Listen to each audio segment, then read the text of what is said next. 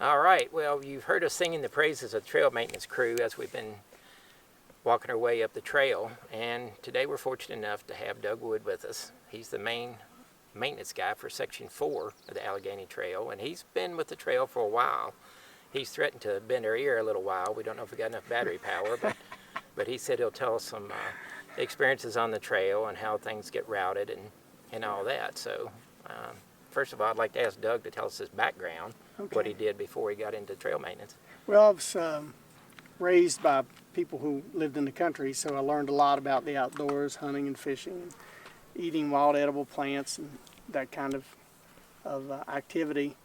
And naturally, as I grew older, I continued my pursuits in the outdoors, a lot of hiking, canoeing, fishing.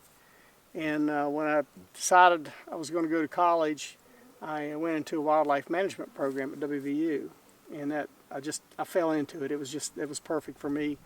And my last year at WVU, my uncle Dave Pennington, who worked for the Department of Highways, told me about a new project in West Virginia that I might want to get involved in, West Virginia Scenic Trails Association and the Allegheny Trail. So I went to a work party at Scenic State Forest. That was about 1976, I believe, and the organization had started in 1974. And I met a man named Bob Tabor, who was from Buchanan County, Virginia, and originally. And Bob says to me, "Well, you know, you're about to graduate?" And I said, "Yeah." And he said, "Do you like maps?" And I said, "Yeah, I like maps." He said, "Well, here's a mileage wheel." Handed it to me, and he said, "Here's a notepad and here's a pencil.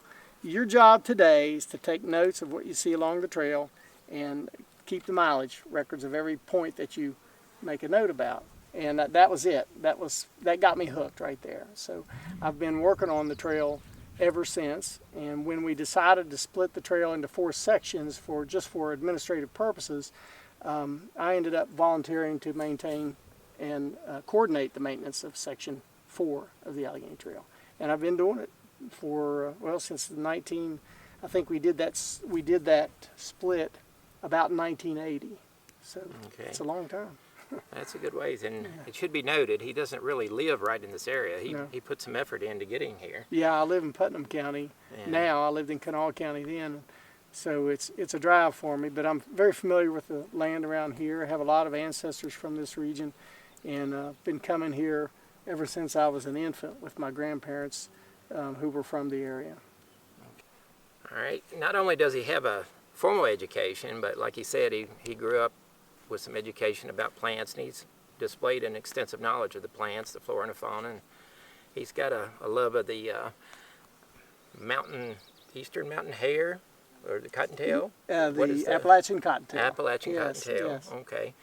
And he has some Cherokee heritage he's telling us about earlier, so he's got an extensive background and a lot of variety there. And go ahead and tell us about the Appalachian cottontail. Okay, the Appalachian cottontail is a fairly rare rabbit south of the Hudson River all the way into Alabama, but it hasn't been seen in the northeastern part of Alabama, the mountains there, for quite a while. And the Fish and Wildlife Service doesn't even really have a good grasp on what is the status of the population. There are a few places in West Virginia and Virginia where it seems to be fairly abundant, but those places are very few. And every once in a while we see evidence of them here on Peters Mountain. I found scat in the middle of a thicket. They are animals that like to be in the thickest thickets you can imagine. And I was with a Carnegie Museum field crew, Carnegie Museum and Marshall University, several years ago in the 1980s. We were on the south end of the mountain from where we are here, several miles, about 20 miles or so south, and studying the mammals there, collecting them for, it was a national survey going on, but Carnegie and Marshall were involved in the West Virginia portion of it. And one of the fellows in the survey crew shot a rabbit on top of the mountain, and it turned out to be an Appalachian cottontail. That was the first record of the Appalachian cottontail in Monroe County and Peters Mountain. And since then, my wife and I have found specimens here and there dead on the road, but not very many. And it's funny you mention that, Sloth, because a few days ago my wife and I were in Webster County on the Randolph and Upshur County border almost. and we saw a cottontail rabbit in the middle of the dense forest there in Webster County in a rhododendron thicket. It ran from the roadside into the rhododendron thicket. I'm pretty sure that would be an Appalachian cottontail as well. They don't share the exact same habitat as the eastern cottontail. You wouldn't normally find an eastern cottontail in the densest rhododendron thickets that you can imagine, surrounded by hundreds of thousands of acres of forest. That's just not their thing.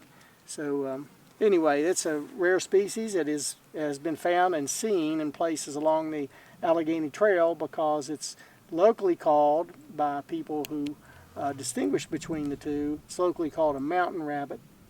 And it's got some other nicknames, but around here most of the old timers call it a mountain rabbit, and they distinguish it from the one they see around their meadows and their farm pastures and such. My father used to talk about mountain rabbits in Botetourt County in Virginia. And we jumped a few out in fall, and he would say, "That's a mountain rabbit."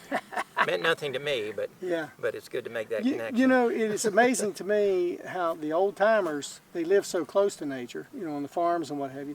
They distinguished oftentimes where we modern people might not distinguish, but they had an eye for it, you know, and they lived with these animals, and they could distinguish between certain species as even before they were considered species. Well, when you depend on that for your food, it makes a difference. Yeah, it sure does. Which they sure did back then. Oh yeah, absolutely. All right, one thing we've noticed, comparing the Allegheny to the Appalachian Trail, mostly what I've hiked has been in Virginia, as far as the Appalachian Trail. And it seems like they go out of their way to avoid jeep trails or logging roads or something like that. Whereas on the Allegheny Trail, I often see something that looks like an old jeep trail or a logging road or something like that, and my knees thank you for that. It seems like it's just a little easier, and I get to look at my surroundings rather than what I'm stepping over all the time. Well, the reason for that has to do more with the history of the two trails. The Appalachian Trail is older, but in the southern Appalachians, the Appalachian Trail started out just like the Allegheny Trail is now. It was on old jeep roads, or it was maybe a piece here had to be built, but for the most part it was put on existing trails and roads. And then over time, the Appalachian Trail Club, as it was called at the time, the overall arching club, was made up of numerous local clubs, and they moved the trail where they could to a little bit wilder situations if that was considered worthy to do.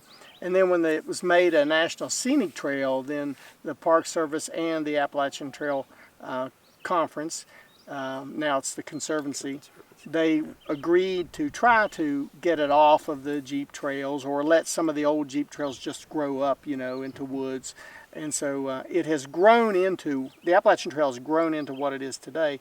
The Allegheny Trail is like the Appalachian Trail was before it became a National Scenic Trail. So that's why you have what we have here. And we don't go out of our way. In fact, sometimes we deliberately don't go in some of the roughest areas. When the Scenic Trails Association first was getting agreements with the state park system and with the National Forest, the administrators of the National Forest did not want us to go into any designated wilderness areas. They didn't. At that time, they were trying to grow eastern wilderness from lands that had been abused and had a lot of logging roads all over them, and so they didn't want to put a lot of people through those wilderness areas on a famous trail if it ever became famous. Right. So we were actually told to keep it out of the designated wilderness areas. So, you know, those are some of the reasons why the trail is where it is today, and why sometimes you're on an actual asphalt road in sections 1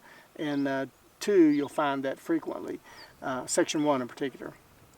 But then some places you're in very wild territory, and you might not see an old logging road for miles. You might just see a footpath, a single track footpath. It just depends on where you are, what you find, the condition of the trail. So, but that's a little bit about why they're different. Right. All right. At the extreme southern end, it looked like there was some private land that the trail goes across. And, you know, it's right at the top of a mountain. It looks like it's used for ATVs and things like that. Yeah, and in that case, our belief about the trail is that the landowners that the trail goes on, whether that's a private individual or whether it's a corporation or whether it's the U.S. Forest Service or whether it's state park, state forest, the landowners, it's their wishes that we must follow. If they have access to their own property with an ATV, then that's up to them. We've noticed that some landowners want access to their properties with ATVs, but they don't want other people to access with ATVs. So that's pretty hard to do on top of Peters Mountain to keep somebody off of an ATV trail if they have an ATV. As a matter of fact, at times there have been ATVs going onto the Appalachian Trail in that area you're talking about, which is totally illegal. Oh, yes. But it happens. And there were some men who were actually caught once doing that, and their ATVs were taken from them and they were given fines. That seemed to send the message it was designed to send. It's a healthy price to pay for Yeah. something like that. Yeah. But that gives you some idea about our philosophy about the trail. We can't control the landowners, no matter whether it's the federal government or whether it's a private individual, but we can have say about certain things, and it's kind of a relationship. We're riding on the hopes that the landowners, no matter who they happen to be or what entity happens to own the land, that they will be agreeable to us keeping the foot trail on their property and upon occasion making improvements to the trail. And that's how the Graham shelter got built. That was built with lumber that the landowners cut and built by a local Boy Scout troop for an Eagle project for one of the Boy Scouts.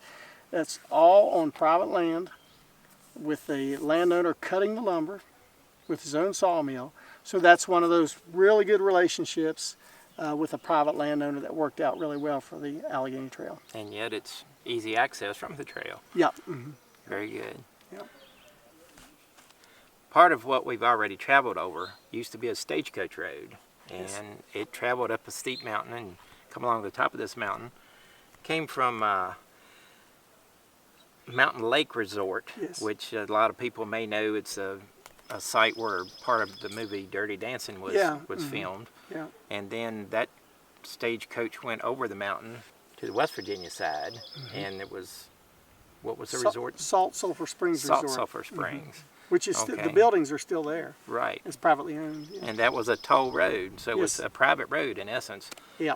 So Virginia took over the road at some point and owns it. But the part over Peters Mountain, once you get to the end of the U.S. Forest Service property, is totally private. And nobody ever blocks it. Sometimes local landowners go up and improve it, because it gets pretty bad without regular maintenance. But the state of West Virginia never took it over. It just remained in private hands, and so now it's split up amongst all the different landowners that butt up against it. It's an interesting phenomenon, but I don't know if you know. Maybe you read it in our trail guide. When you follow the Allegheny Trail and you come to the Salt Sulphur Turnpike, right when you first hit it from the south, that's where the old livery was. Because the horses, as you said, it's a rough road. It was kind of rough back then, and the horses coming from Mountain Lake, they'd be tired, and there was grazing up there at that time. There were fields, there were pastures up there, so they would take the horses off the coach and get new horses that were up there and had been fed from the previous journey and go on their journey to Salt Sulphur Springs, and vice versa. When the ones from Salt Sulphur got to the top of the mountain, they would stop at the livery, exchange horses, go back to Mountain Lake. Interesting. Yeah, you can still see the rocks that were the base of the livery up there, if you know what you're looking for. Right. Now, another thing that we have gone over, the trail for Section 4 is not complete. There is a gap there. And what we have done, we've hiked what does exist, and then we kind of drove around and showed some of the turns and twists for the people that want to do the road walk.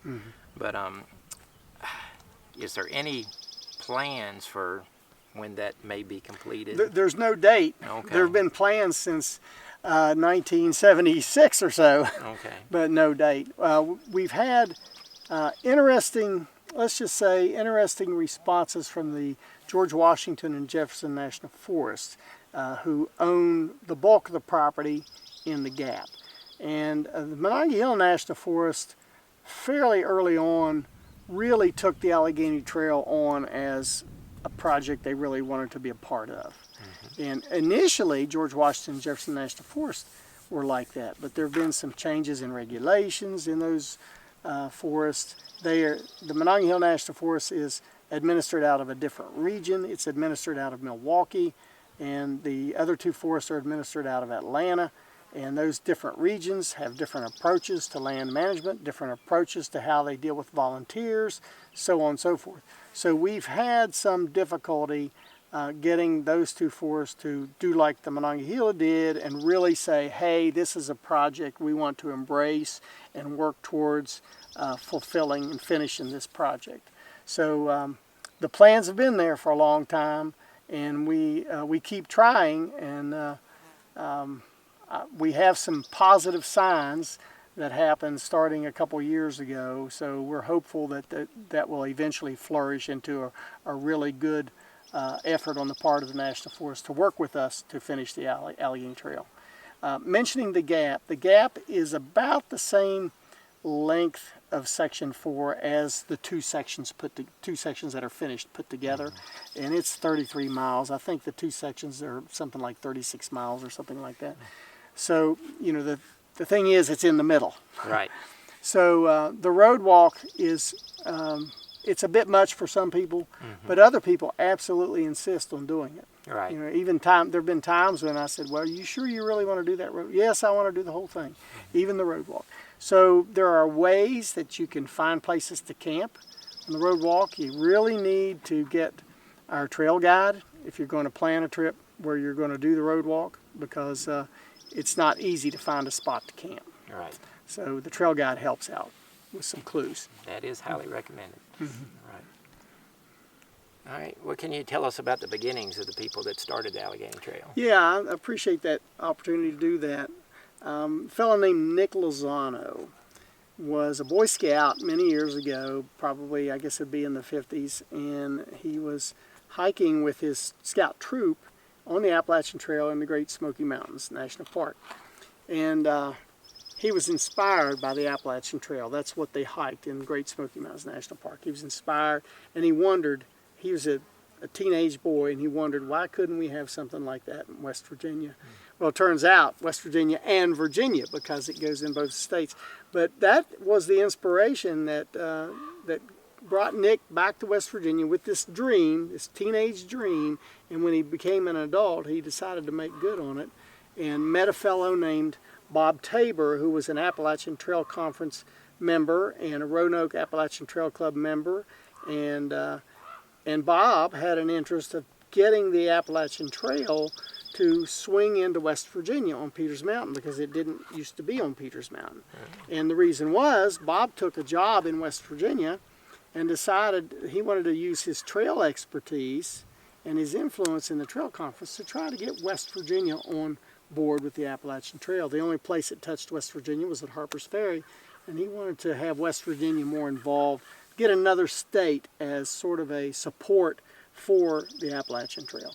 So Nick and Bob met one another at an Isaac Walton League meeting, and they decided, after some discussion with some other people that they met there, to form the West Virginia Scenic Trails Association and try to put the Allegheny Trail on the ground. But one of their first projects was to move the Appalachian Trail into West Virginia. So they tackled both of those projects at about the same time.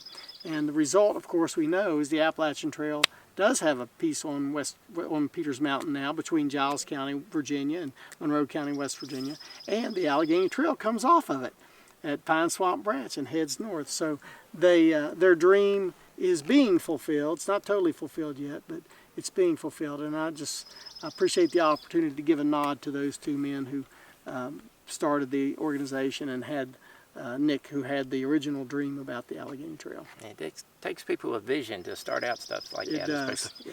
If you're wanting to move part of the Appalachian Trail just to give your project a kickstart, then yeah, then it takes some ambition. It sure does. All right, so if there's anybody out there listening to what you're telling us about, and they want to volunteer some time to work on the trail, how can they get in touch with you?